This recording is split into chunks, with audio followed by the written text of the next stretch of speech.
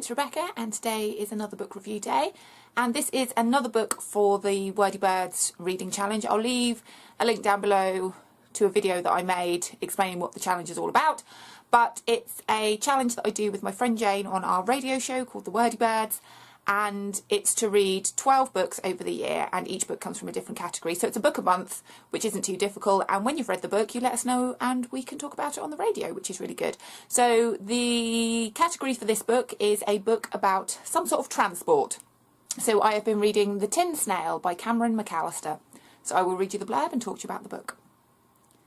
13-year-old Angelo knows there's only one thing that can save his father's job: inventing a car the world has never seen before. But it won't be easy, especially when war is declared and he finds out the Nazis are planning to steal his design.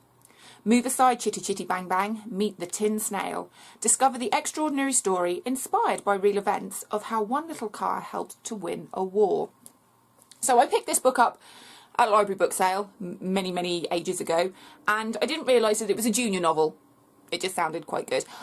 I know this is a silly thing to say, I don't really like reading fiction books about the war. World War II is just one of those things that's a little bit too close to home. It only happened, well, less than 100 years ago, and it's still such a kind of a big deal. And I know there's been wars going on all over the world for hundreds of thousands of years, but because it is so recent, I still find it quite chilling. And I think the whole Nazi extermination of Jews, all of that just doesn't sit right with me. So reading things like The Boy in the Striped Pyjamas and The Book Thief, they just send me cold, and this did a little bit as well, and it was horrible. And I know that that's what happened in the war, and I know they need to be accurate, but it still makes me feel a bit So anyway, this book is about Angelo, and he's Italian living in France with his parents, who are both Italian as well.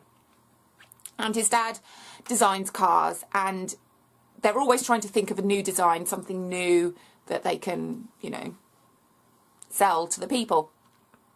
And they come up with a design and it all goes wrong. So Angelo and his father decide to go and stay in the countryside in a little village and try to work on a new design, something that is going to be a car for the people. Cheap to make, cheap to buy, cheap to run, but is a really good car.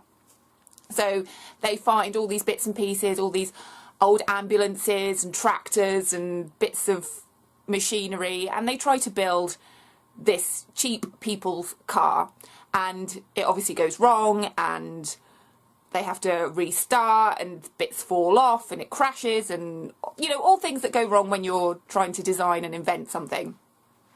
And everything is going reasonably well until the war breaks out, and Italy sided with Germany during the war, but Angelo and his father consider themselves to be French. They don't consider themselves to be Italian. They don't want to side with Hitler. They want to build a car for the French people. They love France, and that's it. Sadly, Angelo's mother had gone home to Italy, and when the war started, she wasn't allowed to come back to France.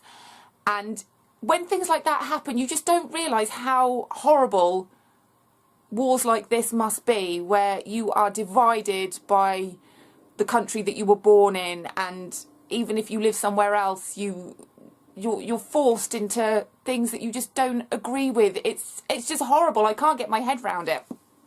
Anyway, the Nazis obviously invade various towns and cities all over France in order to occupy them, and they come to this little village, and they're on a mission to steal the plans for this people's car. Now, if you know any German and anything about cars, you know that the Volkswagen is translated to people car, or people's car.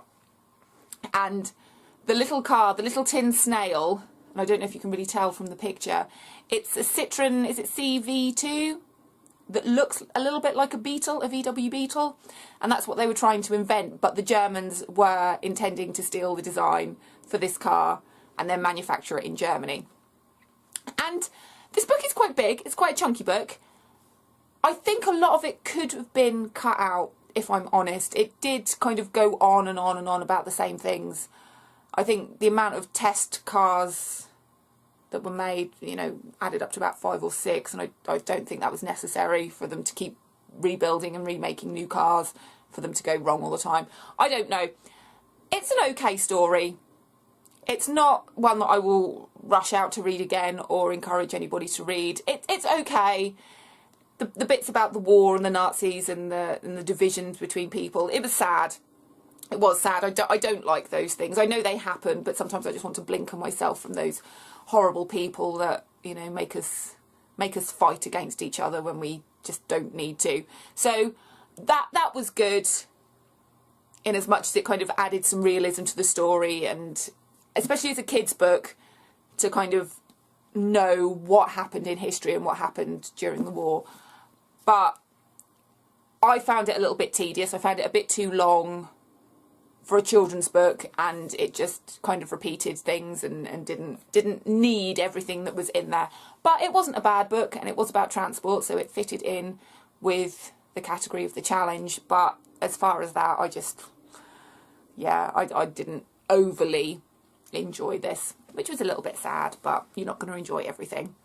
So if you'd like to hear any of my other book reviews, then please subscribe. I put videos out every time I've read a book or done something bookish, or I'm bored, I don't know. So if you like books and anything to do with books, then please subscribe, and I will see you soon. Have a good day.